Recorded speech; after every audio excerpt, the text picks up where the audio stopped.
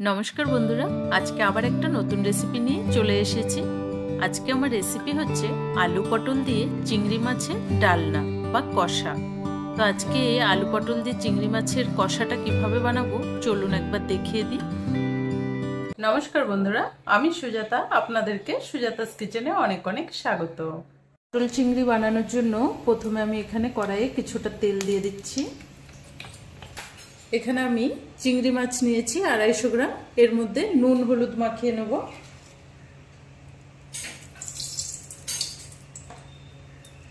নুন হলুদ মাখিয়ে চিংড়ি মাছটাকে ভালো করে ভেজে নেব। তেলটা গরম হয়ে গেছে, এবার মাছগুলো ছেড়ে দেব এর মধ্যে।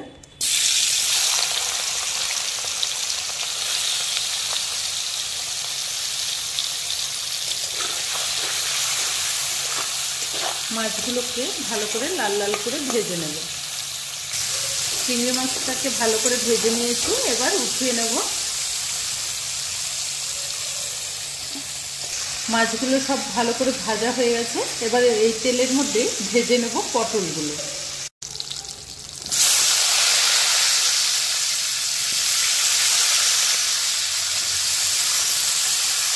পটলগুলোকেও একটু নুন আর একটু হলুদ দিয়ে ভালো করে ভেজে নেব।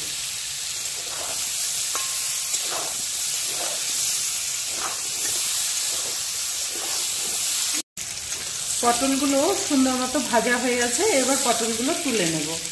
এবার আমি এই তেলের মধ্যে আলুগুলো ভেজে নেব।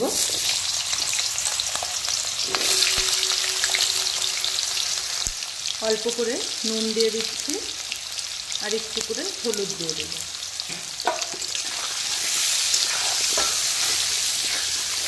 ঢাকা দিয়ে ভালো করে ভেজে নিতে হবে। আলুগুলো সুন্দর করে ভাজা হয়ে গেছে, এবার আলুগুলো উঠিয়ে নেব। সবকিছু একসাথে ভালো করে ভেজে নিয়েছি। দিয়ে দেবো তেলের মধ্যে একটা তেজপাতা, দিয়ে দেবো কিছুটা গোটা জিরে, এলাচ, দারচিনি। ফোড়নটাকে একটু ভেজে নেব।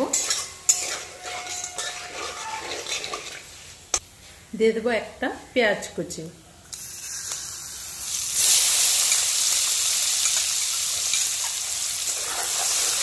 পেঁয়াজটাকে ভালো করে ভেজে নেব।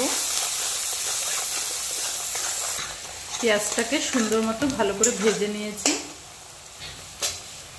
দিয়ে দেবো 1 চামচ আদা বাটা, 1 চামচ রসুন বাটা। আদা রসুনটা কাঁচা গন্ধ যাওয়া পর্যন্ত ভালো করে একটু ভেজে নেব।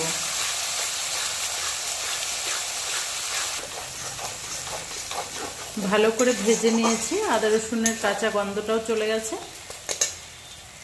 দিয়ে দেবো 1 চামচ লঙ্কা বাটা, দিয়ে দেবো 1 চামচ জিরে বাটা, দিয়ে দেবো পরিমাণ মতো নুন, সাথে দেবো হলুদ গুঁড়ো। মশলাটাকে ভালো করে কষাতে হবে। মশলাটাকে খুব ভালো করে কষতে হবে যতক্ষণ না মশলাটার থেকে তেলটা ছেড়ে দেয়।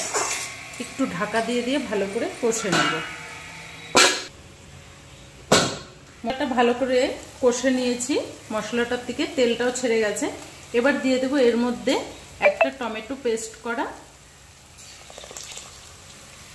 টমেটোটা দিয়ে আবার কিছুক্ষণ ভালো করে কষে নিতে হবে, যেন টমেটোর কাঁচা গন্ধটা চলে যাওয়া পর্যন্ত কষতে থাকতে হবে।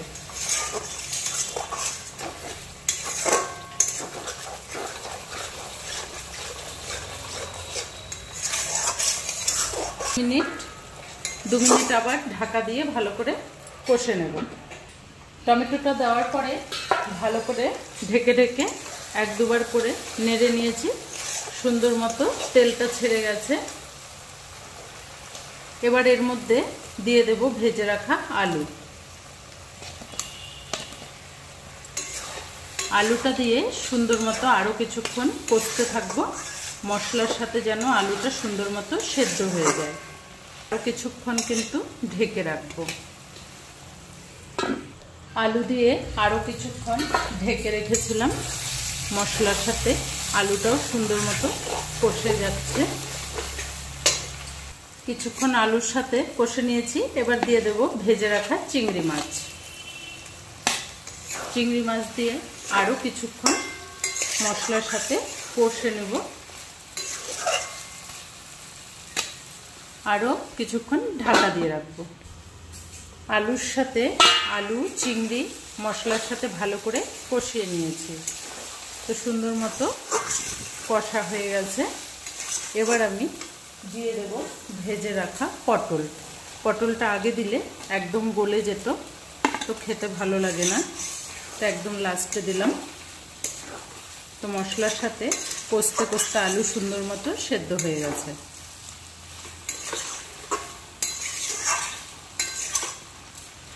এবার দিয়ে দেব গরম জল। অল্প করে জল দিয়ে দিচ্ছি।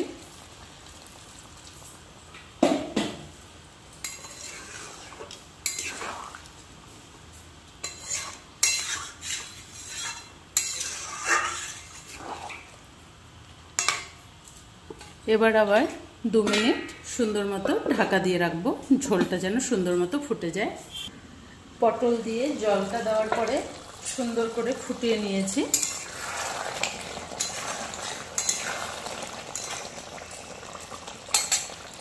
দিয়ে দেবো অল্প একটু করে চিনি, এটা একটু ব্যালেন্স করার জন্য। দিয়ে দেবো অল্প করে ঘি। দিয়ে দেবো গরম মশলা। গরম মশলা পেস্ট করে দিয়েছি, আপনারা চাইলে গুঁড়োও দিতে পারেন। সব কিছু একসাথে মিশিয়ে এবার 2 মিনিট শুধু ঢাকা দিয়ে রেখে দেব। ঢেকে রেখেছিলাম, তো রান্নাটা একদম হয়ে গেছে। দেখুন পটল চিংড়ি। এবার প্লেটে উঠিয়ে দেখাচ্ছি। এবার ঢেলে আপনাদেরকে দেখা পটল চিংড়ি। আজকে এই পটল চিংড়ি রেসিপি আপনাদের কেমন লেগেছে কমেন্ট করে জানাবেন। যদি ভালো লাগে চ্যানেলটাকে লাইক করে অনেক অনেক শেয়ার করে দেবেন। আর যারা এখনও চ্যানেলটাকে সাবস্ক্রাইব করেনি তারা প্লিজ চ্যানেলটাকে সাবস্ক্রাইব করে পাশে থাকা বেল আইকনটি প্রেস করে দেবেন। ধন্যবাদ।